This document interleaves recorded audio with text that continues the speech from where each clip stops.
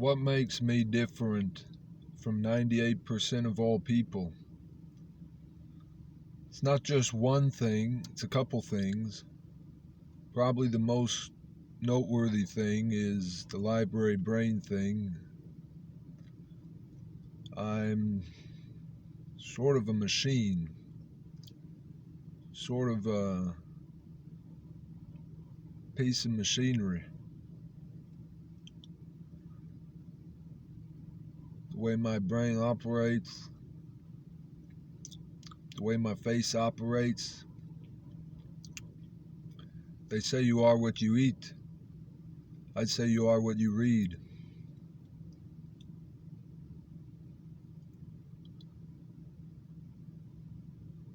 Everybody talks about how the divorce rate in America is not so great. 50% is not something to be proud of.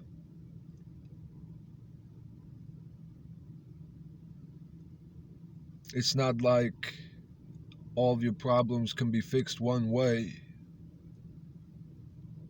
but I think a simple solution would be getting 10 or 15 books on a given topic that you want to learn about and reading every one of them using this technique I'm about to describe for you, because it's sort of what makes me 98% different from 98% of the people.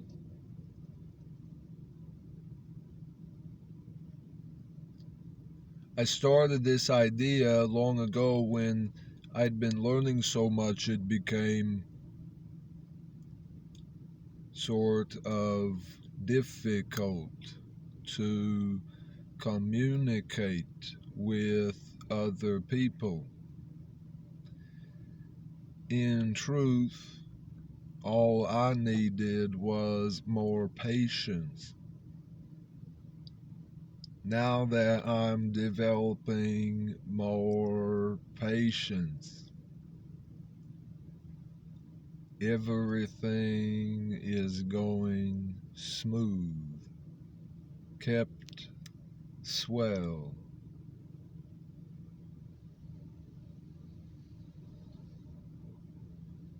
The journal of my life is beginning to unfold and is unfolding here before you. I used to keep journals written down.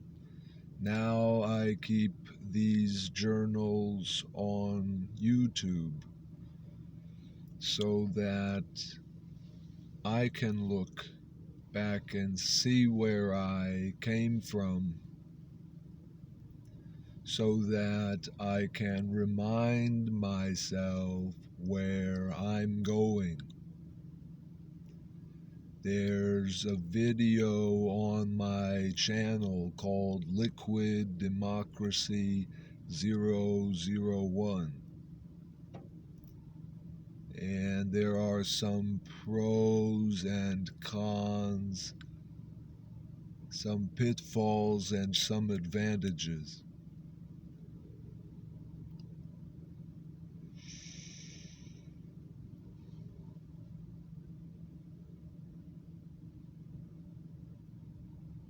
Research, research, research. I'm on the research mode.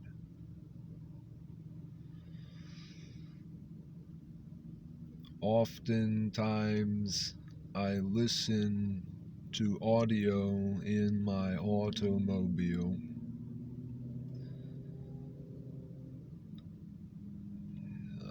The radio once in a while.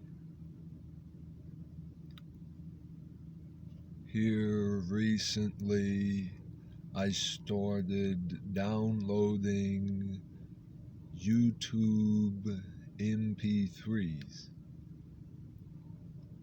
So my car has a USB port. and I get on this website called YTMP3. I just copy the URL and I make an MP3 playlist. I listen to it. When I'm driving, it's something I like to do.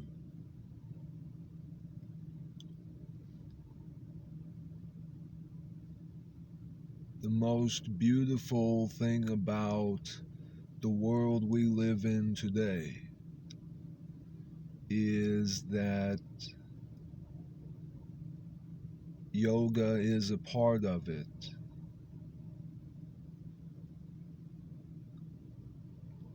What a library brain does is it makes you extraordinarily competent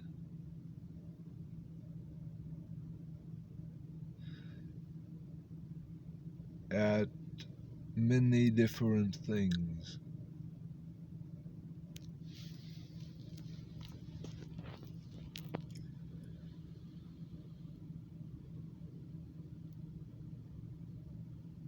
One of those things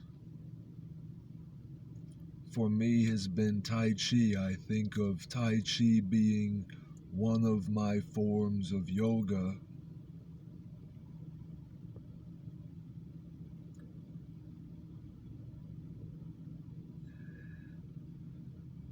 And I think of Tai Chi being mostly a mental activity.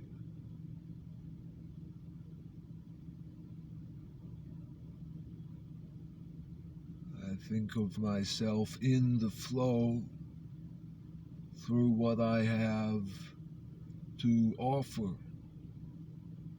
through what I have to influence, through what I have to moderate, through what I have to explore, to be playful, to be honest, to be trustworthy, to be reliable, to be loving, to be kind, to be open-hearted, to be receptive.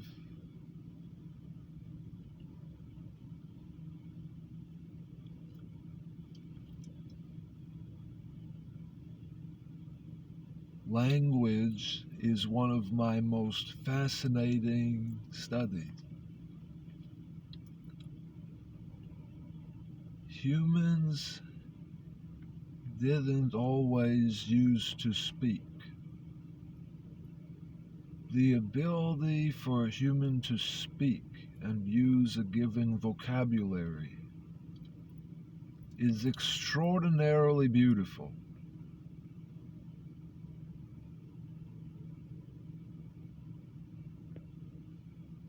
Beauty is in the eye of the beholder, as they say. Another one of my books explains the difference of most people and how they relate to spirituality or what forth, and there are certain types of people that are always looking for the downside. They're always looking for the negativity. And so you could imagine a conversation if God rolled around and this guy says, "Oh, this bug bit me and it's raining, what a dreary day," and the other person says, "Oh, I'm overjoyed. This is the most exciting, remarkable. Can you believe a tiny little ant, this smallest, most size that absolutely could never take me. It's so brave of a little ant to bite me, or a little wasp to bite me. I'm this big, gigantic creature. And here this little tiny ant has the guts to bite me. That's so amazing. What an amazing sparkle of life. The rain, is a form of life. It's nothing to be ungrateful for. Grateful for the sunshine, grateful for the rain. Grateful for the sunshine, grateful for the rain. Grateful for the cloudy days, grateful for the fact the sun's always shining behind the clouds. Even when it's not there, you can still see it. Even when it's not there, it's still around. It's around you from front to back, from forwards to backwards. And of course, as we'll talk about later on, also from backwards to forwards. Beauty is something I've been meditating on for several years. And I've become a very beautiful man with a very beautiful deep voice. What makes me extraordinarily beautiful is that I have a mom and a dad that love me, and I have myself that I love is just as much. A lot of people, they sort of rely on other people's love. I think it's more important to rely on your own love and to love yourself before you try loving other people.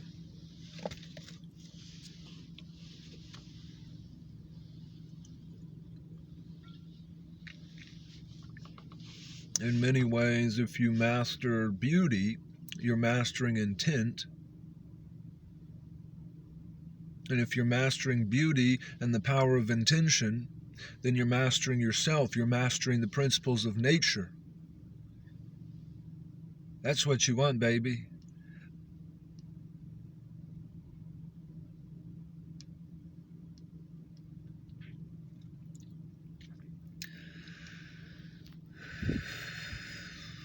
Where did my library brain begin?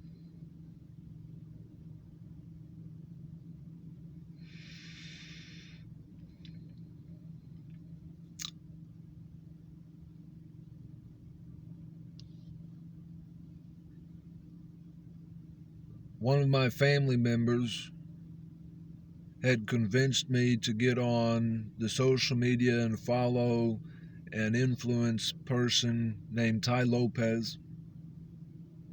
So I actually started on the Tai Lopez, watching his videos, watching his channel. And originally, when I started picking up the habit of reading, it was 100% based upon this guy, Tai Lopez. So I take it my family member had been an avid reader for a lot longer than I had, probably was trying to influence me without influencing me. And that's exactly what he did. I started watching those Tai Lopez videos every day. I watched at least 2 or 3 of them every day. And man, this was 5 years ago. This was back, this was 5-6 years ago.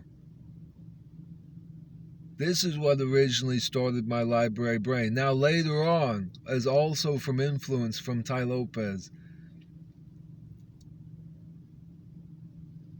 was I actually purchased this book called Poor Charlie's Almanac. And Poor Charlie's Almanac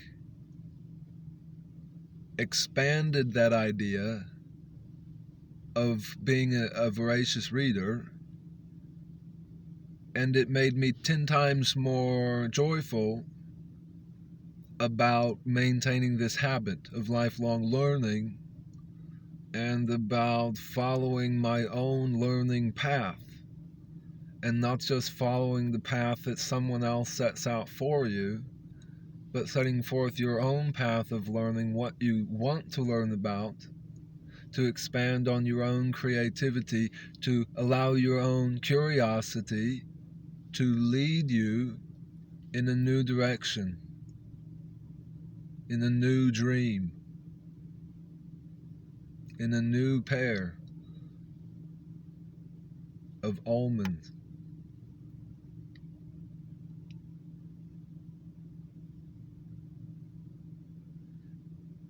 Basically, whatever you want to get great at, you can get great at. It's It's in that almanac where he says the acquisition of wisdom is a moral obligation. That if you're not getting wiser every day, then you're getting the opposite of wiser every day. Wisdom is something that will naturally deteriorate if it's not actively built up. Virtue is something that will deteriorate if it's not actively built up. Love is something that may deteriorate, or happiness may deteriorate if it's not actively used up or built up.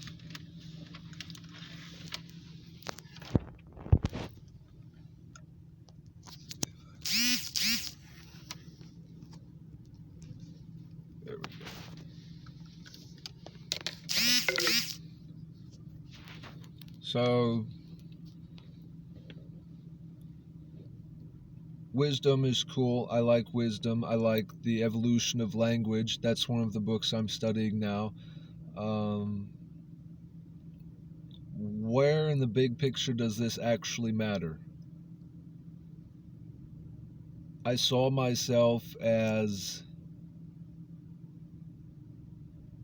an academic in some ways. I still do.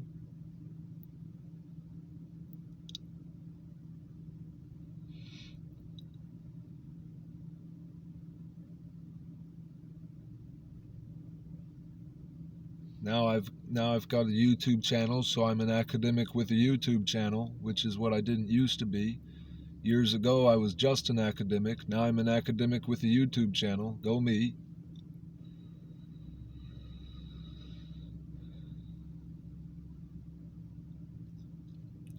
There's two types of beauty, and there's two types of quality, and there's two types of value, and there's two types of purpose. We could say one of them is romantic, the other is classical. Okay, and these have to do with two separate ways of measuring, ways of judging, ways of observing, ways of analyzing, ways of understanding. Okay, one of them is romantic. Romantic is about the surface level beauty. Romantic is about the beauty of a person's, skin, whether it's radiating, whether it's smooth and so forth, whether it's got, rough sort of calluses and things like that. Or whether it's, flowing hair or some sort of dress or jacket or whatever your fashion statement is. Maybe it's a person, how they're walking. They're walking in a certain way. They're wearing certain shoes that you find attractive. There's another type of beauty too. Like, take the beauty of an automobile, for example. If you've watched one of my other videos, there's a lot of beautiful cars. Beautiful cars and automobile design in terms of the exterior, in terms of the body and the shape and how it looks.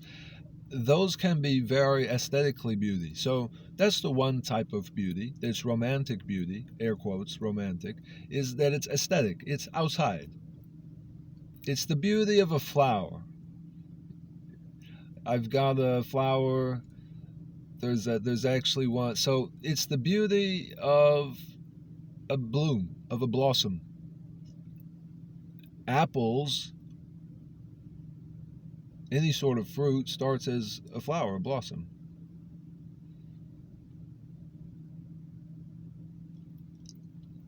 There's a certain beauty to that physicality. There's also a other form of beauty called classic beauty, that if you were like a biologist or a chemist or a geneticist, suppose you were studying the genetics or the genetic engineering or the genetic whatever genetics of an apple tree, you may find it beautiful at understanding all of the genetic programming that allows that to take place. And as much as we consumers of the public observe the beauty outwardly of an automobile, there are also people like mechanics who would observe the beauty of an automobile from a different perspective. Because most of us consumers, we drive a car, we move the wheel, do we actually know how everything works? Heck no. The sort of people that engineer new automobiles, the sort of people that design the schematics and all of the things that make it all work, those people have trained themselves to see a different kind of beauty.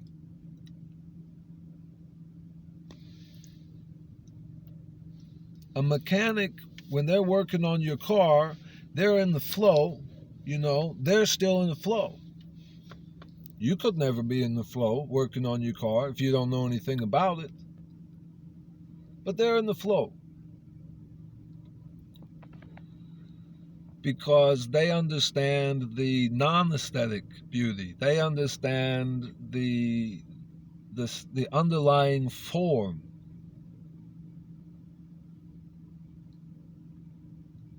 So those are the two. There's the beauty of the purpose behind it, and there's the beauty of what it actually does. The purpose behind it is just aesthetic. What it actually does is what's truly remarkably beautiful.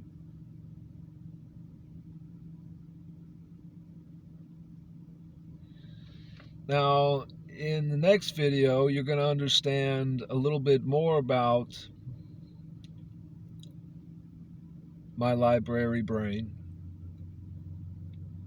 And to be honest, it has a lot of influence from this almanac, Poor Charlie's Almanac, and it has a lot of influence from Elon Musk. So that's what the next video is about. Join me there.